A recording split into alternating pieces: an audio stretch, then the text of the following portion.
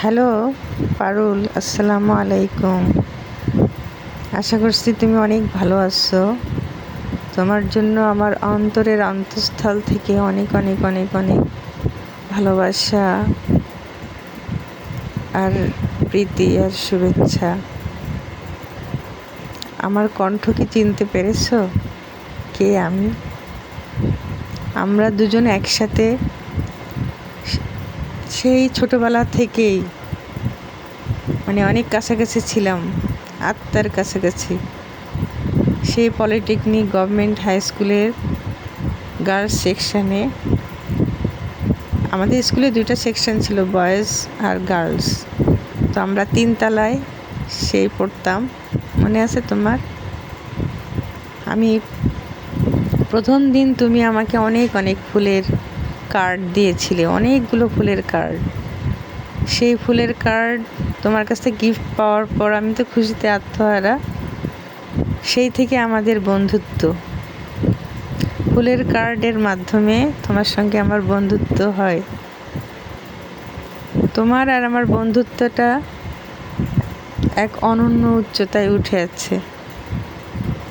ছেলেবেলা অনেক বন্ধু ছিল আমার, পাড়ার, স্কুলের, কলেজের, ইউনিভার্সিটির। কিন্তু তোমার সঙ্গে আমার বন্ধুত্বটা সবার থেকে আলাদা, বলা যায় আত্মার সম্পর্ক। একবার আমি অসুস্থ হয়ে গেছিলাম, তখন তুমি এসে আমার আম্মার কাছে খোঁজ নিচ্ছিলে আমি সুস্থ আছি কিনা। তুমি এরকম একটা ইঙ্গিত স্বপ্নে পেয়েছো নাকি তুমি জানি না, তুমি এসে জিজ্ঞেস করছিলে। আর একবার তুমি অসুস্থ হয়ে গেছিলে, আমি স্বপ্নে দেখেছিলাম যে তুমি অসুস্থ হয়ে গেছো। তো এরকম ছিল আমাদের বন্ধুত্বটা, অনেকটা আত্মিক পর্যায়ের বন্ধুত্ব, যেখানে কোনো সততা ছিল না। আমার তো অনেক মেয়ে বন্ধু ছিল, হ্যাঁ ছেলে বন্ধু ছিল। সাধারণত আমি ছেলেদের সাথে ওইভাবে মিশতাম না, ওই না হলে নয়, ক্লাসমেট সেই হিসাবে। কিন্তু তুমি তো আমার শুধু ক্লাসমেটই ছিলে না, তুমি আমার মেয়ে বন্ধু, আমিও একটা মেয়ে।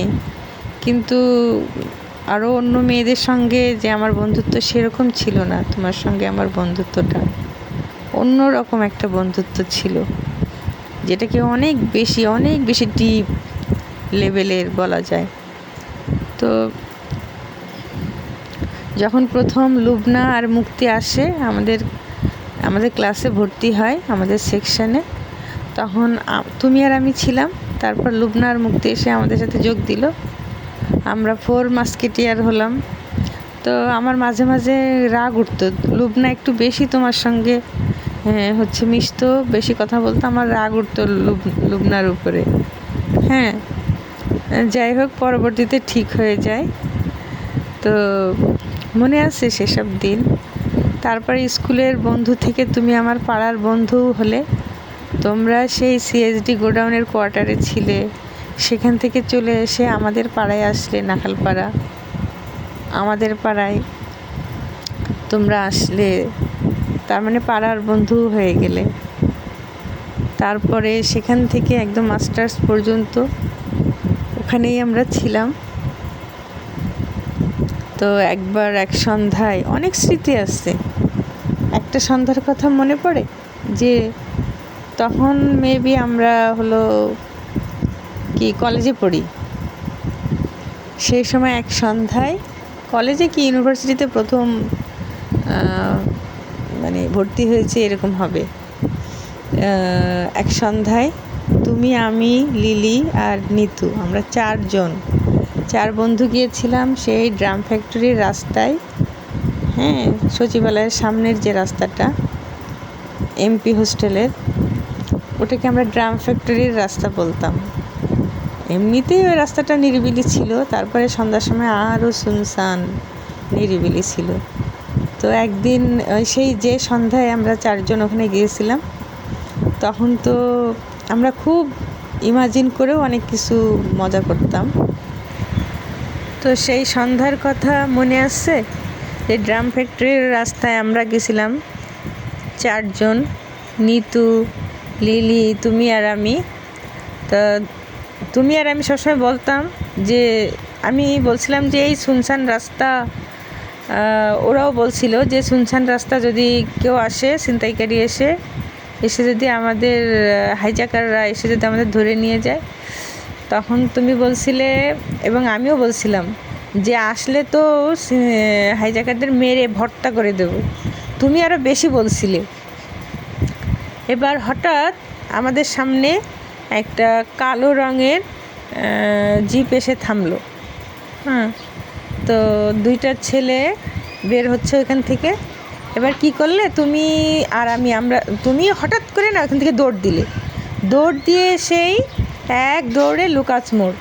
এবার তোমার দৌড় দেওয়া দেখে আমিও ঠাস করে দৌড় দিয়ে লুকাস মোড়ে এসে তোমার পাশে এসে দাঁড়ালাম। এবার অনি আর হচ্ছে লিলি, ওরা দুজন তো হা হয়ে গেল একদম, কি ব্যাপার, ওরা এইভাবে দৌড় দিল। তখন ওরাও কিছু না মানে বুঝতে পেরে ওরাও হলো পরে দৌড় দিয়ে আমাদের কাছে আসলো, এসে জিজ্ঞেস করছে কী ব্যাপার, তোমরা এভাবে দৌড় দিলে কেন? হ্যাঁ, লিলি বলছে কি, এই তোমরা দৌড় দিলে কিসের জন্য? হ্যাঁ, আর তুমি তো হেসেই কুটে কুটে, আমিও হেসে কুটে কুটে। হ্যাঁ, এখন ওরা তো বুঝতেছে না ব্যাপারটা কি, যে কিসের জন্য আমরা দৌড় দিলাম আর কিসের জন্য এখন হাসছি। পরে আমি বলছি কি, হ্যাঁ ডাল মে কুচ কালা হ্যায়। তখন ওরা বলছে কি, কেন কিসের ডাল মে কুচ কালা হ্যায়? আমি বলছি ওই যে ওই কালো জিপটা। হ্যাঁ, তখন এবার লিলি বুঝতে পেরে বলছে কি, ও হ্যান করেঙ্গা ত্যান করেঙ্গা, হ্যাঁ এইটা করব সেটা করব, আর যেই হলো সামনে গাড়ি এসে দাঁড়ালো অমনি দৌড় দিলে না, এই হচ্ছে মুখে তোমাদের খালি হলো হ্যান করেঙ্গা ত্যান করেঙ্গা। এবার তুমি হেসেই যাচ্ছ। তখন মানে ওরা তখন বুঝতে পেরেছে যে আমরা হাইজ্যাকার ভেবেছি ওই গাড়ির লোক ছেলে দুটাকে, আমরা আগে দৌড় দিছি, অথচ আমরাই বেশি লাফাচ্ছিলাম।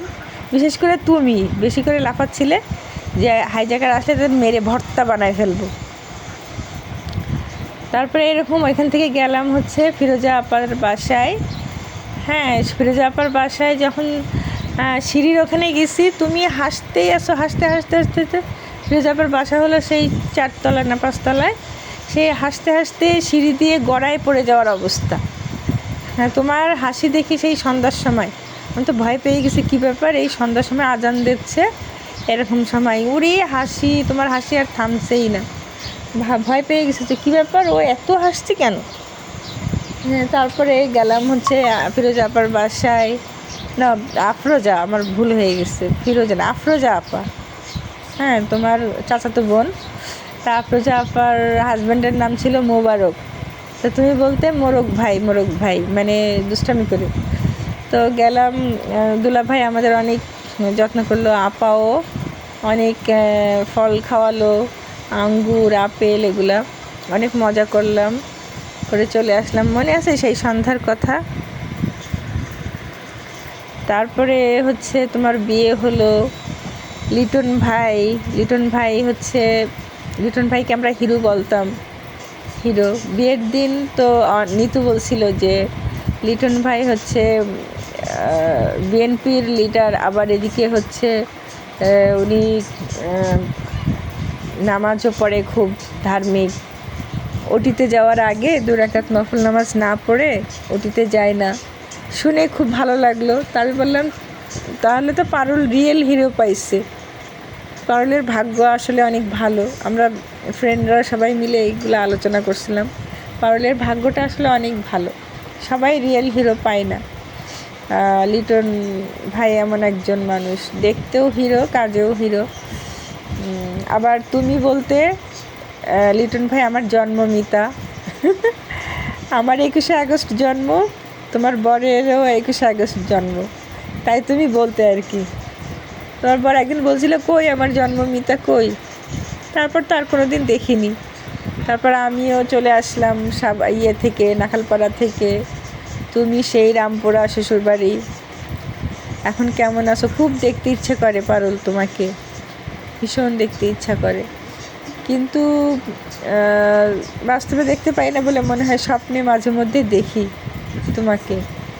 কোথায় আছো, কেমন আছো আল্লাহ জানে। তো তোমার যে ইডেন কলেজ, তুমি তো হোম ইকোনমিক্সে পড়তে, আমি ঢাকা ইউনিভার্সিটিতে পড়তাম। মাঝে মাঝে তোমার সাথে গেছি হোম ইকোনমিক্সে। তারপরে তোমার একটা ফ্রেন্ড ছিল হেনা, হোম ইকোনমিক্সের। তার ওর কথা ছাড়া আর কারোর নাম মনে নেই। তো এছাড়া আমরা যেতাম মাঝে মাঝে ইডেনে যেতাম, আমাদের ইউনিভার্সিটির ফ্রেন্ড সার্কেলদের নিয়ে যেতাম ইডেনে যেতাম। কি খেতে জানো? ওই যে ফুচকা চটপটি, ওটা খুব বিখ্যাত ছিল ইডেনের। আর আমাদের ইউনিভার্সিটির ক্যাম্পাসে ওই যে রেজিস্টার বিল্ডিংয়ের ওখানে বিখ্যাত ছিল হচ্ছে চানাচুর মাখা ভীষণ বিখ্যাত ছিল। যাই হোক, সেই সব দিনগুলো খুব মনে পড়ে। মনে হয় যে এরকম এখন তো অনলাইন প্ল্যাটফর্মের মাধ্যমে একজন আরেকজনের সঙ্গে যোগাযোগ করে। তোমার তো ফেসবুক আইডিও জানি না, আমার আব্বা মাঝে মধ্যে যায়। হ্যাঁ, তোমার ভাই সেলিম ভাই, হালিম ভাই, ওদের সাথে দেখাও মনে হয় কয়েকবার করেছে। যাই হোক, খুব দেখতে ইচ্ছে করে পারুল তোমাকে ভীষণ। মনে হয় যে একবার যদি চোখের দেখাও দেখতে পেতাম, তুমি কেমন হয়েছো এখন এই এজে, আমাদের এখন যে এই এজে কেমন হয়েছো। তোমার একটা মেয়ে আর একটা মেয়ে, 2টা মেয়ে হয়েছে শুনেছি। তারা কত বড় হয়েছে, বিয়ে শাদী মনে হয়ে গেছে কিনা কে জানে। মনার ছেলে মেয়েদের হয়তো বিয়ে হয়ে গেছে এতদিনে, আমি তো অনেক লেট ম্যারেজ। তারপরে হচ্ছে আসমা, ওরও বাচ্চারা কত বড় হয়েছে কে জানে। আমাদের মধ্যে মনা সবার আগে বিয়ে করেছিল ক্লাস 9-এ থাকতে। স্বাভাবিকভাবে ওর বাচ্চারা হয়তো বা ওর মেয়ের বিয়ে হয়ে গেছে এতদিনে। আর পলি, হ্যাঁ আসমা। যাই হোক, সবার থেকে তোমার সঙ্গে আমার সম্পর্কটা অন্যরকম, বেশি ক্লোজ ছিল, বেশি অন্তরের ছিল, আত্মার সম্পর্ক ছিল। তো সেই জন্য খুবই মনে পড়ে তোমাকে। স্বপ্নে মাঝে মাঝে আসমাকে দেখি, মনাকে অতটা দেখি না, কারণ মনার সঙ্গে না আমার কোনোভাবেই মানসিক মিলে না। আমার রিয়েল ফ্রেন্ডদের মধ্যে তুমি আর আসমাই বেশি, আর আছে ইউনিভার্সিটিতে আসে শিউলি। এছাড়া আমার অনেক ফ্রেন্ড থাকা সত্ত্বেও পাড়ার আছে, কলেজ ইউনিভার্সিটি আছে, কিন্তু অতটা মানে ক্লোজ না। ক্লোজ বেশি তুমি, শিউলি আর আসমা আর মিলু, এই 4জনই আমার বেশি ক্লোজ। কারোর সঙ্গে দেখা সাক্ষাৎ নাই। মাঝে মাঝে ইউনিভার্সিটিতে আমাদের রিইউনিয়ন হয়, গেট টুগেদার হয়, কিন্তু আমি কখনো আর যেতে পারিনি। বিয়ের পরে একবারই গেছিলাম পয়লা বৈশাখে আমার হাজব্যান্ডকে নিয়ে। তারপরে পয়লা বৈশাখে গেলাম, আশা করলাম যে কারো না কারোর সঙ্গে দেখা হবে। ব্যাড লাক, কারোর সঙ্গেই দেখা হয়নি। আর সামনে হবে কিনা আল্লাহ পাক জানে। এখন আল্লাহ যদি চায় তাহলে তোমার সাথে আমার সাক্ষাৎ হতে পারে। এরকম কোনো ভিডিও, আমার এই ভিডিও যদি তোমার চোখে পড়ে, তাহলে হয়তো বা কানেক্ট করতে পারবো, তোমার সাথে আমি যোগাযোগ করতে পারবো। দেখা যাক, আল্লাহ চাইলে হবে ইনশাআল্লাহ। আর একদিনের কথা খুব মনে পড়ছে, না বললেই নয়। একদিন স্কুলের মাঠে আমাদের অনুষ্ঠান ছিল বোধহয়, তা তুমি, আমি আর হচ্ছে লুবনা, মুক্তি সেদিন ছিল না। আমরা 3জন স্কুলের মাঠে হাঁটছিলাম। আমার হাতে আঙ্গুলে একটা আংটি ছিল, গলায় একটা ছোট চেন ছিল, আর বাম হাতে একটা ঘড়ি ছিল। তো আমি সাধারণত এইসব অর্নামেন্টস পরে যেতাম না, তো আমার আব্বা আমাকে দিয়েছিল। আমার রেজাল্ট ভালো হয়েছে খুশিতে আব্বা আমাকে দিয়েছিল, তাই পরে গেছিলাম। গেলে তোমরা হাসাহাসি করছিলে, তুমি আর লুবনা শুধু হাসাহাসি করছিলে। গোপনে 2জন কি আমার দিকে তাকায় হাসছিলে আর কি যেন বলছিলে।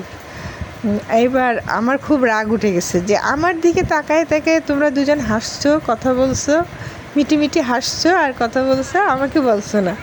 তখন আমি রেগে যাই, বলছি কী ব্যাপার, আমাকে লুকাই কি বলছো? হাদিসে আছে 3জন থাকলে একজনকে বাদ দিয়ে কথা বলতে নেই। এমনি তো আমি লুবনার উপরে আমার রাগ উঠতো, লুবনা তোমার সাথে আমার বন্ধুত্বে এসে ভাগ বসাইছে, তার উপরে আবার তুমি ওর সাথে কানে কানে বলছো। আর ও হাসছে আমার দিকে তাকায়।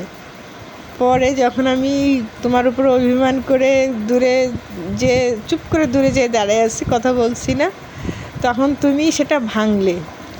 যে তুমি লুবনার কানে কানে বলেছ যে কুকুকে অনেক মিষ্টি লাগছে, সরি নাম বলে ফেললাম, যে ওকে অনেক মিষ্টি লাগছে, যে ও ছেলে হলে না আমি ওকে বিয়ে করতাম, না কি বলে, আমি ছেলে হলে না আমি ওকে বিয়ে করতাম, মানে তুমি যদি ছেলে হতে তাহলে আমাকে বিয়ে করতে, এই কথা বলছিলে। এরপরে এই কথা শুনে আমি হাসবো নাকি কাঁদবো বুঝতে পারছিলাম না। আর লুবনা তো হেসে কুটি কুটি।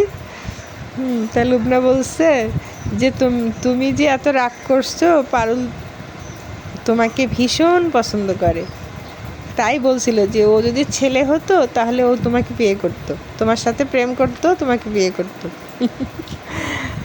মনে আছে সেসব কথা? মাঝে মাঝে এগুলো মনে পড়লে আমি নিজের মনেই হেসে উঠি। হ্যাঁ, অনেক তো আশা করেছিলাম যখনই যাই আমি ঢাকায়, যখনই আমি তো যশোরে থাকি, যখনই ঢাকায় যাই আশা করি যে একবার ওদিকে যাব, নাখালপাড়ার ওদিকে, কিংবা গেলে কি তোমাকে তো আর দেখতে পাবো না, তুমি তো থাকো সেই রামপুরায়। তা যাই হোক, যদি আল্লাহ চান তাহলে দেখা হবে নিশ্চয়ই। তো আর কি বলবো, আজকের মতো আল্লাহ হাফেজ, ভালো থেকো, তোমার বাচ্চারাও ভালো থাকুক, লিটন ভাই ভালো থাকুক, সবাই, সেলিম ভাই, হালিম ভাই, তোমার ভাইরা সবাই ভালো থাকুক, এই দোয়া করি। আর আমার জন্য দোয়া করো, আমাদের জন্য দোয়া করো। আল্লাহ হাফেজ।